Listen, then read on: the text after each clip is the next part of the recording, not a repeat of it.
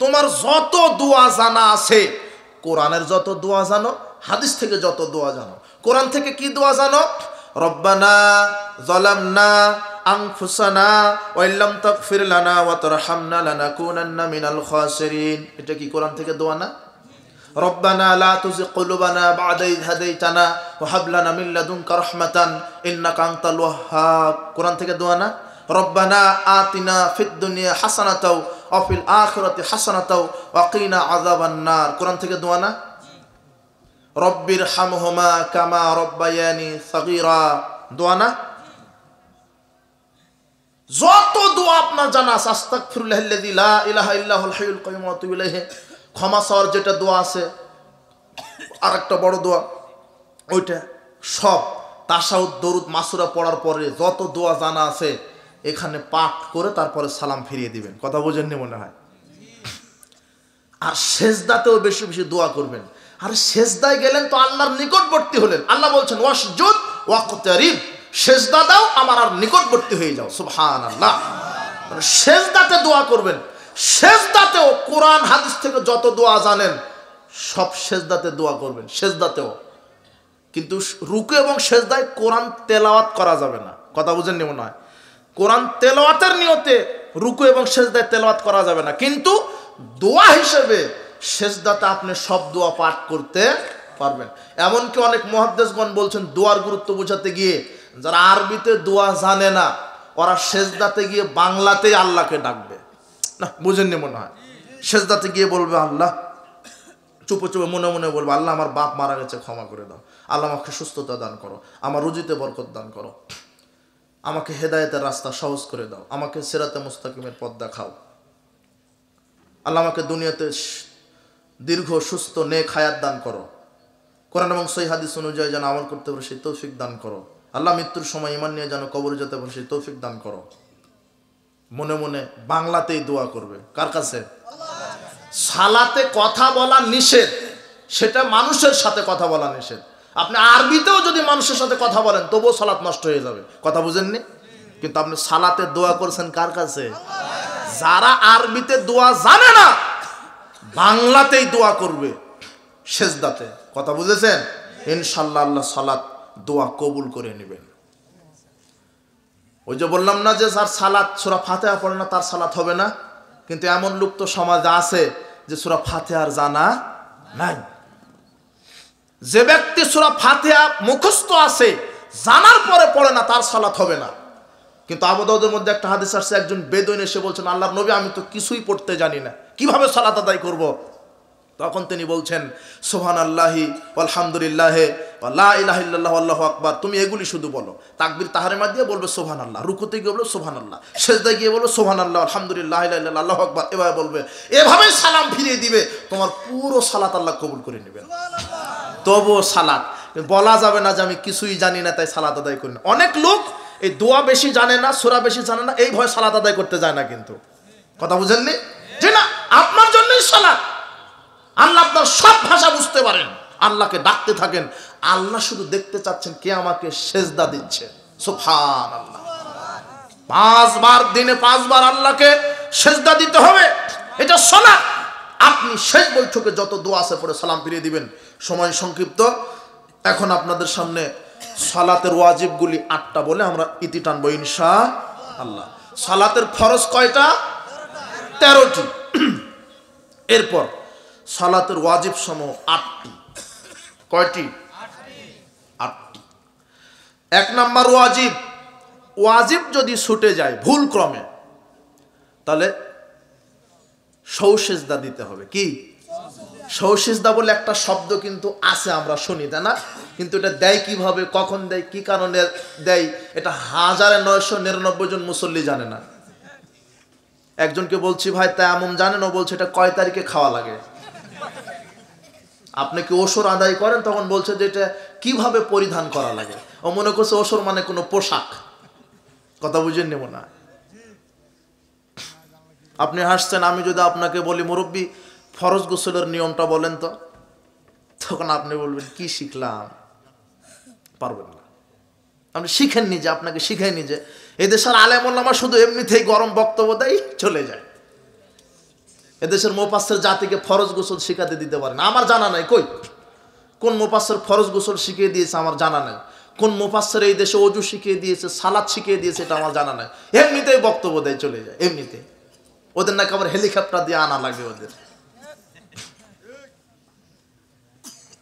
তবে আছে যোগ্য মুফাসসির আছে, কিছু আছে তারা জাতির সামনে শিরক বেদাতের বিরুদ্ধে খুব কঠোর ভাষায় কথা বলেছিলেন। তার একজন লোক মারা গেলেন, আল্লামা দেলাওয়ার হোসেন শাহেদি। তার জন্য আমরা দোয়া করি, আল্লাহ তুমি তাকে জান্নাতুল ফেরদাউসের মেহমান হিসেবে কবুল করে নাও, তার ভুল ত্রুটিগুলি ক্ষমা করে দাও।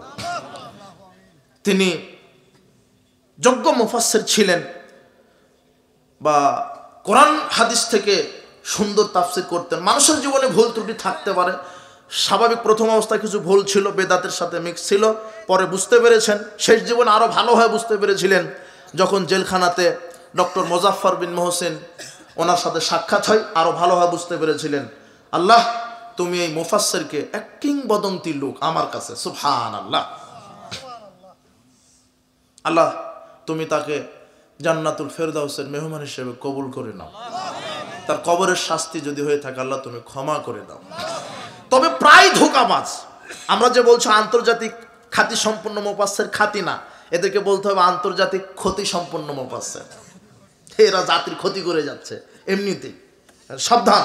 বলছিলাম আরো অনেক মুফাসসির আছে, দুই একজন, সারা পৃথিবীতে ওদের নাম নিলাম না, শুধু সাইদি সাহেবের নাম নিলাম, মানে উনি যে একমাত্র এই মুফাসসির এরকম না, কথা বুঝেননি। উনি কোরআন সুন্নাহ দিয়ে তাফসীর করতেন, কথার দ্বারা এই দিক দিয়ে সুন্দর, কিন্তু তাফসীর লিখনিতে বা তাফসীর পঠনে অনেক বড় বড় তাফসীরে কুরতুবী, তাফসীর ইবনে কাসির, হ্যাঁ, অনেক বড় বড় তাফসীর কারক মুফাসসির, সুবহানাল্লাহ, এদের জীবনে আপনি পড়ে শেষ করতে পারবেন না, আপনার হায়াত শেষ হয়ে যাবে, সুবহানাল্লাহ। অনেক তাদের খেদমত, সালাফি বিদ্বানগণ আছেন অনেক, তাদের অনেক খেদমত ইসলামে। তো বলছিলাম যে সালাতটা শিখতে হবে, সালাতের রুকুন, সালাতের ফরজ। এখন আমরা সালাতের ওয়াজিব আলোচনা করব, ঠিক আছে না? আপনারা কেউ উঠে যাবেন নাকি? এই যে বাচ্চাদেরকে, যুবকদেরকে পাঠায় দিব, তখন সামর্থ্য অনুযায়ী দান করবেন, একজন উঠবেন না, আমি তো দেখতে পাচ্ছি, ঠিক আছে না? আপনারা অনেকগুলি চোখ দেখে আমাকে দেখছেন, আর আমি দুই চোখ দিয়ে সবাইকে দেখতে পাচ্ছি, আলহামদুলিল্লাহ। উঠলেই বুঝতে পারবো যে অমুকে উঠে চলে গেল। সালাতের ওয়াজিব সমূহ, তাকবীরে তাহরিমা ব্যতীত যত তাকবীর সব হলো ওয়াজিব। সব কি? আচ্ছা, প্রথমে আল্লাহু আকবার বলে তাকবীর তাহরিমার মধ্যে হাত বেঁধেছিলেন না, ওটা হলো ফরজ, ওটা কি?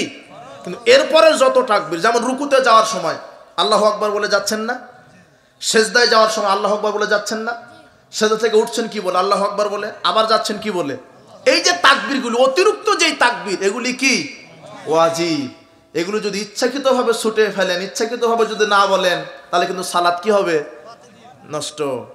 কিন্তু ভুল ক্রমে যদি বলেন, ভুল করে যদি না বলেন, আপনি সেজদায় গেলেন কিন্তু আল্লাহু আকবার বললেন না ভুলে, সেক্ষেত্রে সহসিজদা দিতে হবে। কি? আমি বলবো সহসিজদার সিস্টেমটা। ওয়াজিব, 1 নম্বর ওয়াজিব তাকবীরে তাহরিমা ব্যতীত যত তাকবীর। 2 নম্বর ওয়াজিব রুকুর তাসবিহ পাঠ করা, সুবহান রাব্বিয়াল আযীম, কমপক্ষে একবার। কমপক্ষে কয়বার? একবার পাঠ করা ওয়াজিব।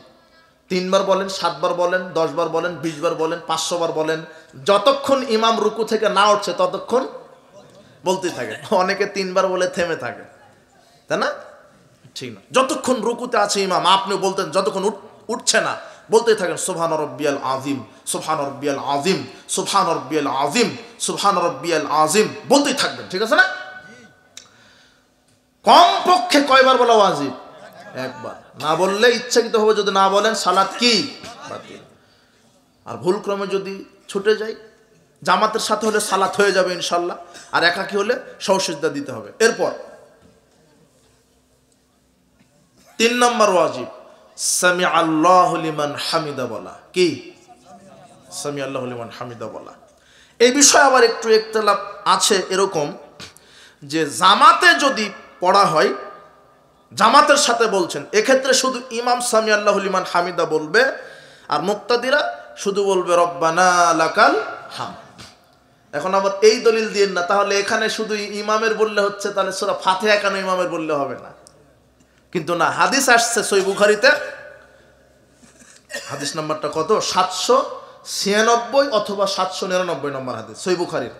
রাসূল সাল্লাল্লাহু আলাইহি ওয়াসাল্লাম বলছেন, ইযা ক্বালাল ইমাম সামি আল্লাহু লিমান হামিদা, ইমাম যখন সামি আল্লাহু লিমান হামিদা বলবে, ফাকুলু আল্লাহুম্মা রব্বানা লাকাল হামদ, তখন তোমরা বলো কি, আল্লাহুম্মা রব্বানা লাকাল হামদ, অথবা রব্বানা লাকাল হামদ, অথবা বলবো আল্লাহুম্মা রব্বানা লাকাল হামদ হামদান কাসীরান তাইয়্যিবান মুবারাকান ফি। এটা স্পষ্ট হাদিস আসছে। রাসূল বললেন, ইমাম যখন বলবে সামি আল্লাহু লিমান হামিদা, তখন তোমরা বলবে শুধু কি, রব্বানা লাকাল হামদ, তাহলে হয়ে যাবে।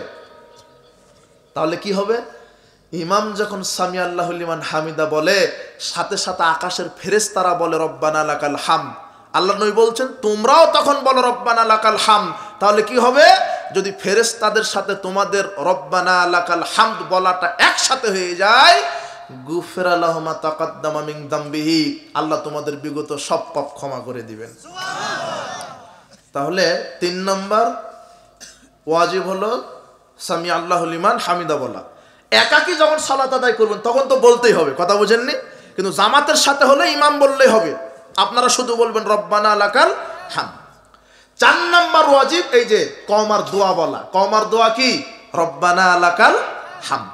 5 নম্বর সালাতের ওয়াজিব সেজদার তাসবিহ পাঠ করা, সুবহান রাব্বিয়াল আলা, কমপক্ষে কয়বার, একবার।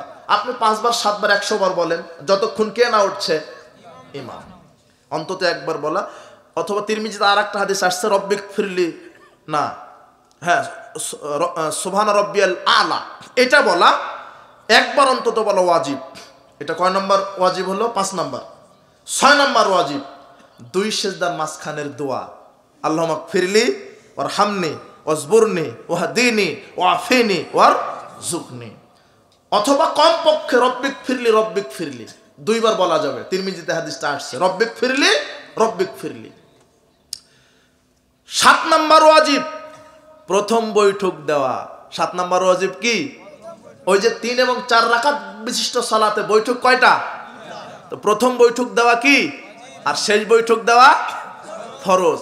প্রথম বৈঠক দেওয়া ওয়াজিব, 7 নম্বর ওয়াজিব। 8 নম্বর ওয়াজিব তাশাহুদ পাঠ করা। 8 নম্বর ওয়াজিব কি, প্রথম বৈঠক ওয়াজিব, প্রথম বৈঠকের তাশাহুদ ওয়াজিব, শেষ বৈঠক ফরজ, শেষ বৈঠকের তাশাহুদ ফরজ। বোঝা গেছে?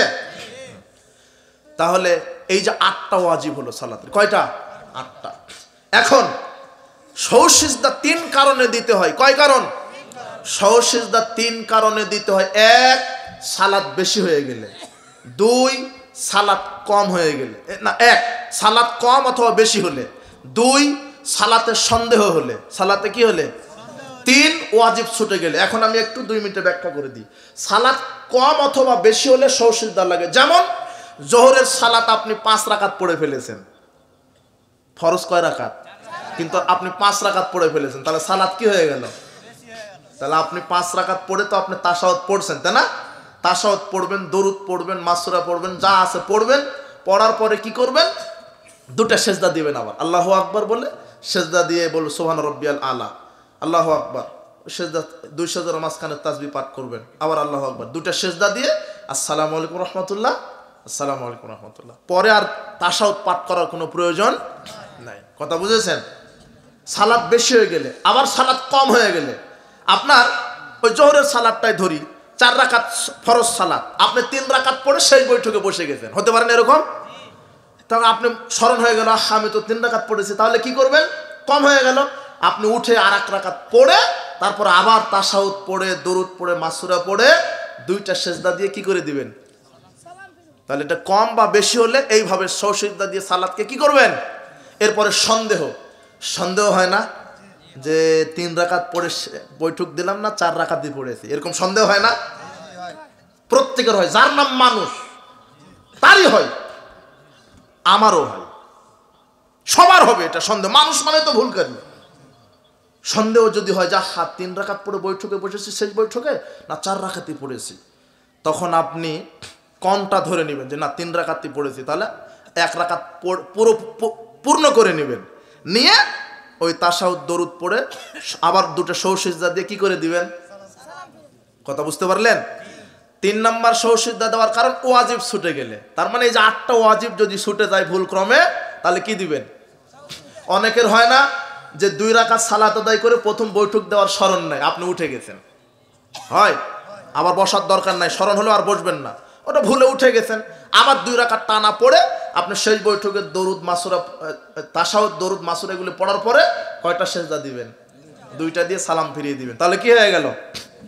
সহসিজদা দিয়ে সালাতকে আপনি শুদ্ধ করে নিলেন, আল্লাহ আপনার সালাতকে পরিপূর্ণ কবুল করে নেবেন। তো বলছিলাম আলহামদুলিল্লাহ, আমরা আজকে আলোচনা করলাম সালাতের পদ্ধতি, অনেক বিষয় ছুটে গেছে। সালাতটা আসলে একটা গঠনমূলক এবং এটা দার্সের প্রয়োজন, অনেক সালাতের অনেক দিক এবং বিভাগ আছে, অন্তত যে সালাতের পদ্ধতিটা আমরা আলোচনা করলাম, সালাতের 13টি রুকুন বা ফরজ এবং সালাতের 8টি ওয়াজিব। আল্লাহ সুবহানাহু ওয়া তাআলা আমাদেরকে রাসূল সাল্লাল্লাহু আলাইহি ওয়াসাল্লামের তরিকায় সালাতকে সম্পাদন করার তৌফিক দান করুন, আল্লাহুম্মা। আর সালাতের ফজিলত কি? আল্লাহ বলছেন, আমি ওয়াদা করছি যে ব্যক্তি 5 ওয়াক্ত সালাত আউয়াল ওয়াক্ত আদায় করবে, আমি আল্লাহ ওয়াদা রেখেছি আমার কাছে, আমি তাকে জান্নাতে প্রবেশ করাবোই করাবো। সালাতের গুরুত্ব সম্পর্কে কিছু বক্তব্য শুনেছেন, সালাতের পদ্ধতি, সালাতের ফজিলত। সালাতের প্রতিদান কি? জান্নাত। সালাতের প্রতিদান কি? জান্নাত।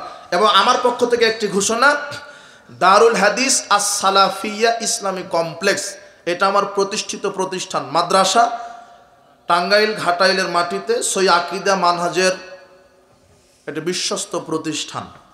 এখানে হেফজ, নুরানি, নাজেরা, মক্তব ক্লাস 1 থেকে 6 পর্যন্ত পড়াশোনা করানো হয় বাচ্চাদেরকে, বাংলা, ইংরেজি, উর্দু, আরবি সব, জেনারেল ইসলামী সমন্বয় শিক্ষা ব্যবস্থা, আবাসিক ব্যবস্থা আছে এবং যোগ্য উস্তাদদের মাধ্যমে শিক্ষা প্রদান করা হয়ে থাকে। আপনাদেরকে বললাম, জানালাম, অবগতিতে দিলাম, আপনি আল্লাহর কাছে দোয়া করবেন, আল্লাহ দারুল হাদিস আর সালাফি ইসলামী কমপ্লেক্স এই মাদ্রাসাটি তুমি পরিপূর্ণভাবে কবুল করে নাও, সার্বিক সহযোগিতা করবেন। হ্যাঁ, এখন আমি বলে দিব, এখন এই যে যুবক ভাইয়েরা চাদর নিয়ে যাবে।